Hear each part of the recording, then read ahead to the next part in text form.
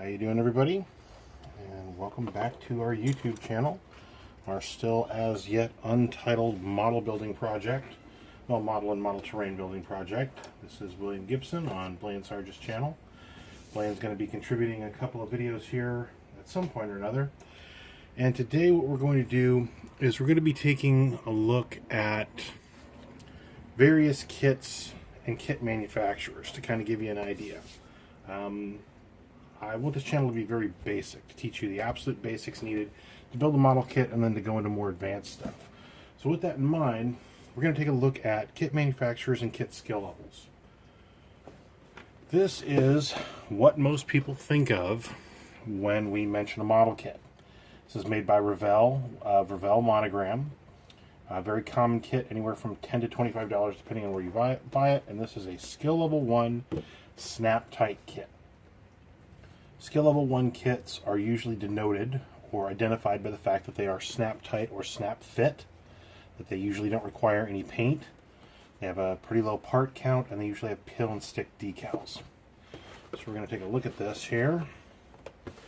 On the box, we have some nice detail. Now this is probably a after done paint job. It's probably not molded in that plastic. I picked this up at a local grocery store for about $10 on sale. And yeah, we got looks like a pretty small part count. Here we go. We have our peel and stick decals. That's nice. Those look like they're for the seats. And then we have the side detail. That's not terrible. We have our instruction booklet. We'll come back to that in a second. Body, interior, chrome parts, more interior. And that's pretty much everything that's in the box. So we have seats, interior side panel, steering wheel, 5, 6, 7, there's your dashboard, 8, 9, 10, 11, 12, 13, 14, 15,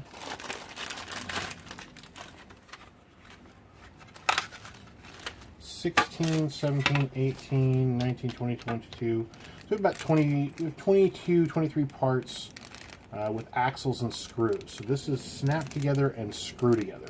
They started putting screws in kits a little while ago. I actually kind of like it.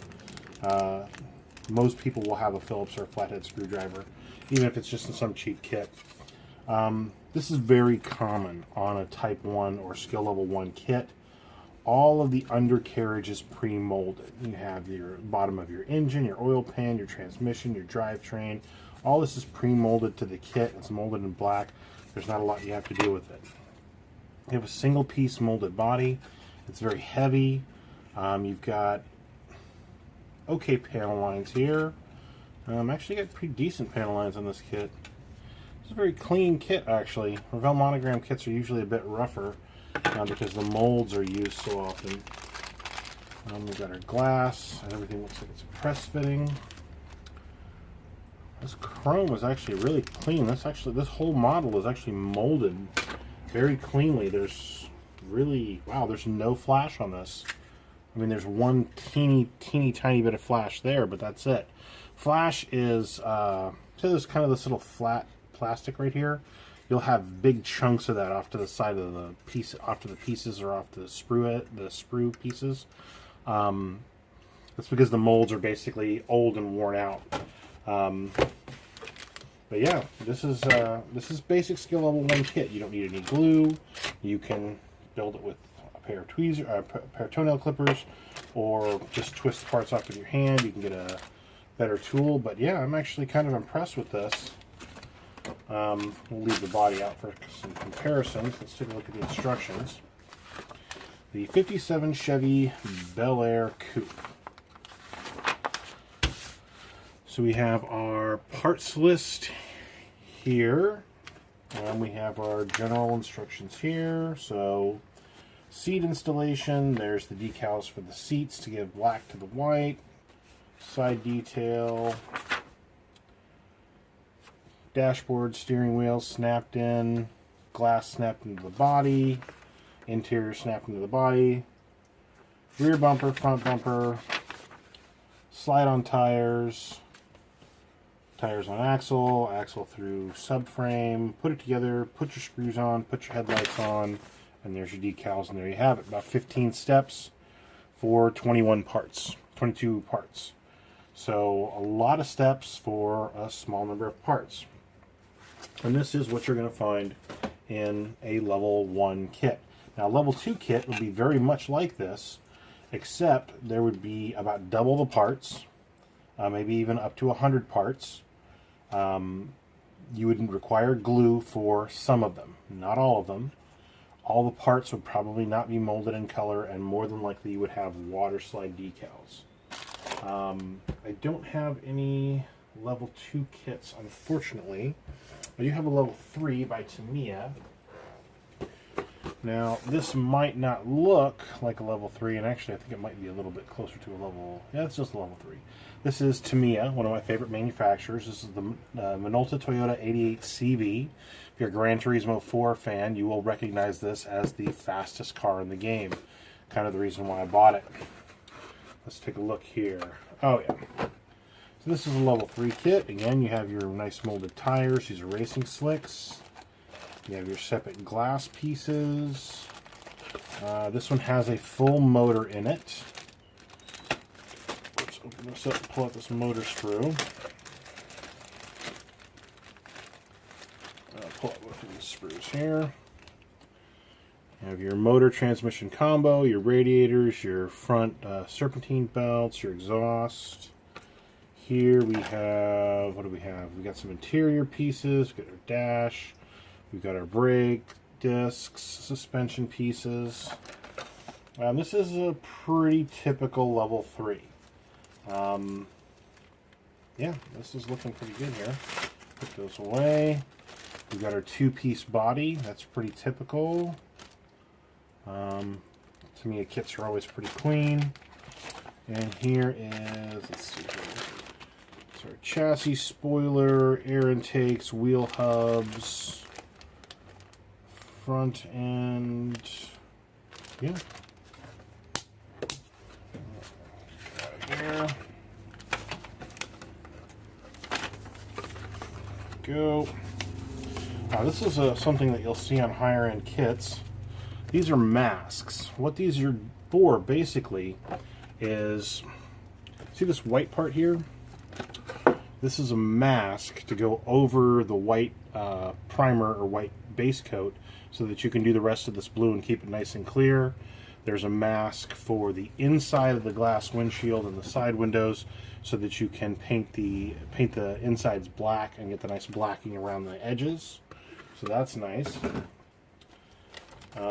Yeah, Tamiya kits almost always come with masks. They're really quite nice. And you'll notice immediately much more detailed instruction sheet. A lot going on. There's more parts in the first 4 steps of this kit build than there were in the entire other kit. And it looks like you can get a fair amount of detail. Wheel decals, front and back. Color guides. That's one thing that kit didn't have as a painting guide. This will have a detail of Tamiya paints and the colors, and it'll tell you what color to put where. And like for the blue isn't just standard blue here. It's a mix of X14 and X1. 5 parts of X14, which is sky blue, to 1 part black. So they're going for a, no, not 4 of regular blue. So they're going for a slightly darker sky blue. Tamiya paints, in my experience, do mix quite easily. Just don't mix flats and glosses. And then there's your decal guide. Not yet. Under the masks here, we have our water slide decals. Now, I'm not going to take them out because water slide decals are volatile. They go bad over time. That's something to be aware of. But yeah, nothing is pre-painted in this kit. You're going to need glue for the assembly of everything. This is a solid level 3 kit. It's quite detailed. The more you can put a substantial amount of extra work into a kit like this and really improve your result. But this is a good, solid, detail level 3 kit. And I believe this one was about $35 or $40. And again, this is Tamiya. They're one of the better manufacturers And let's see. Yeah. Oh, surprising. This is a Philippines kit, but it is actually a very good kit. If you get a Tamiya kit, you want to look around. If it says made in the Philippines, ask the hobby store if you can open it and take a look inside, because some of the Philippines Tamiya kits are just garbage. Alright, let's take a look at a high-level kit. This is also a Tamiya kit. This is the Mercedes-Benz SLR McLaren 722 edition. This is a licensed Daimler-Benz product. You can see by the decal here. This kit was $72 when I bought it new, and it was brand new. Let's take a look here. There we go. So again, you have this fold-out accordion style instruction sheet, and as you can see, there's a lot going on. I mean, this has a pretty high part count. I'd say it's probably about 150 to 200 parts. Oh, these are nice. So these are metal transfers. They're little pieces of chrome that you cut out and transfer to the model kit, usually with a toothpick or a Q-tip. So instead of having to paint silver paint in for your side and rear view mirrors, it'll actually be chrome. You can actually have a chrome Mercedes emblem, your SLR emblems, and your McLaren emblems will actually rub on and be chrome. I've used them before. They're actually really nice. Now, one of the things that this kit does that I love is it provides you with a metal base plate. This kit was pressed in 2006, so I've had it for a while. But this is actual metal, and it's great because it gives the kit a great heft. Someone picks it up, there's some substance to it. It also tends to keep it from rolling around, just keeps it from getting broken. We have our nice pre-molded chrome pieces here. Let's take a look here. Now this is a really good indicator of a higher level kit. You're going to have to build like 40, maybe even 50% of the body of this. You have just the back end molded, no doors, not even the complete windscreen, and none of the front end. All that's going to have to be built in situ or on the kit.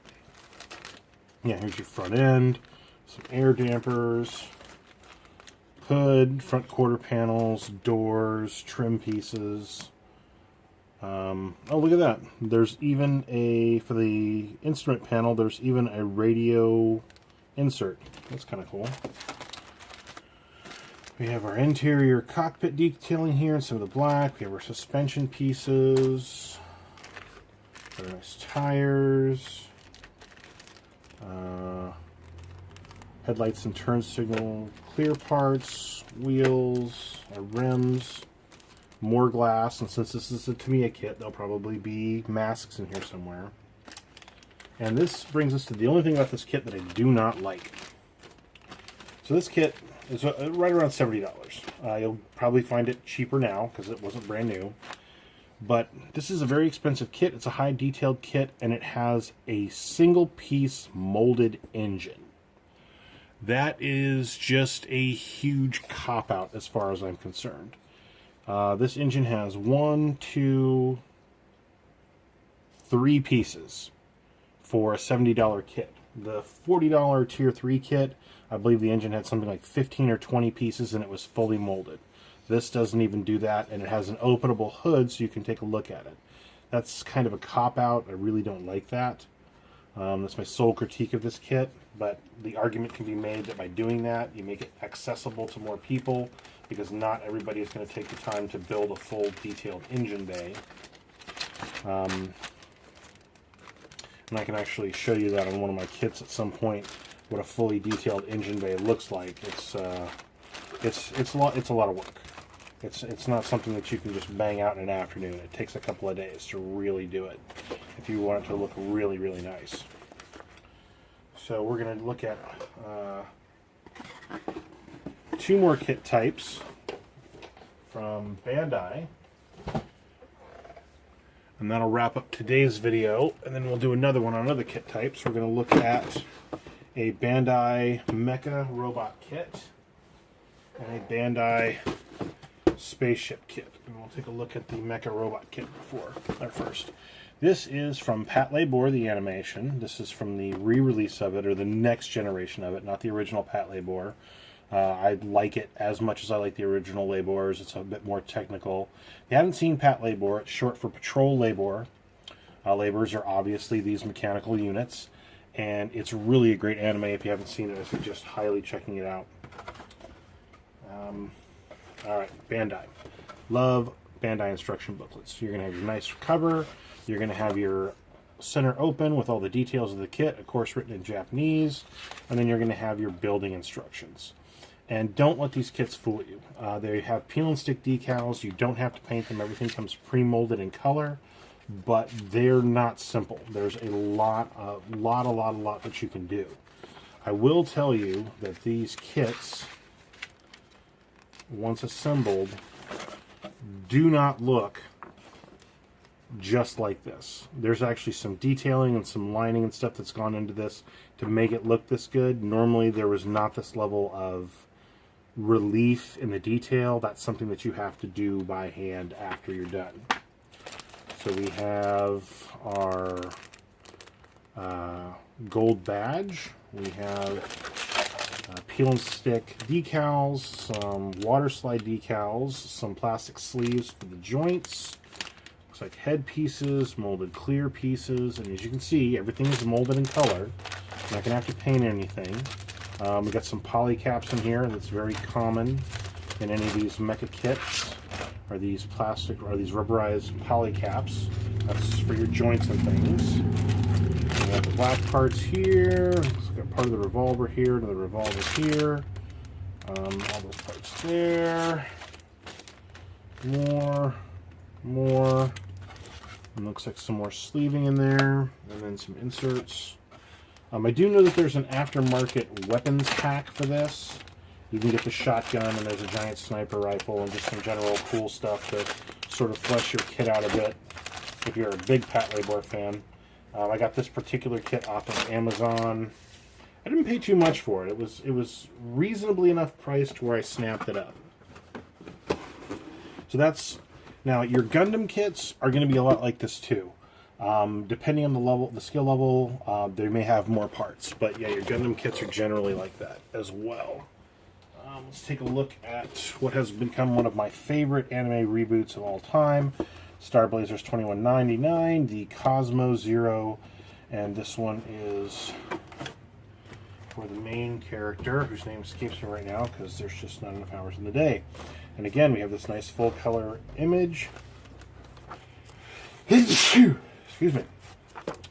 Nice fold out centerfold. Again, all this detailed relief that you see. And what I mean by relief is the fact that you can see the panel lines and stuff like that. All that is present and molded in the kit, but you can't see it like this until you do some panel lining. And we'll go over that. And there's several ways to do it.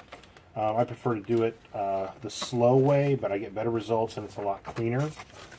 Some basic information about how to build, some things to watch out for, again in Japanese.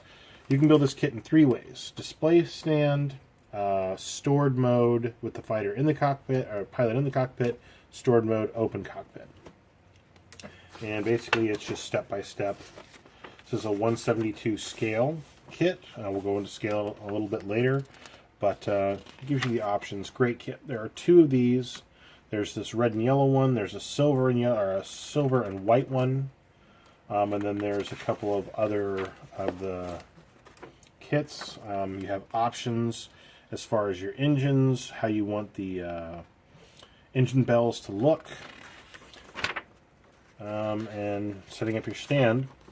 Those are the instructions. So again, it's a Bandai kit. All the red parts are molded in red. All yellow parts are molded in yellow.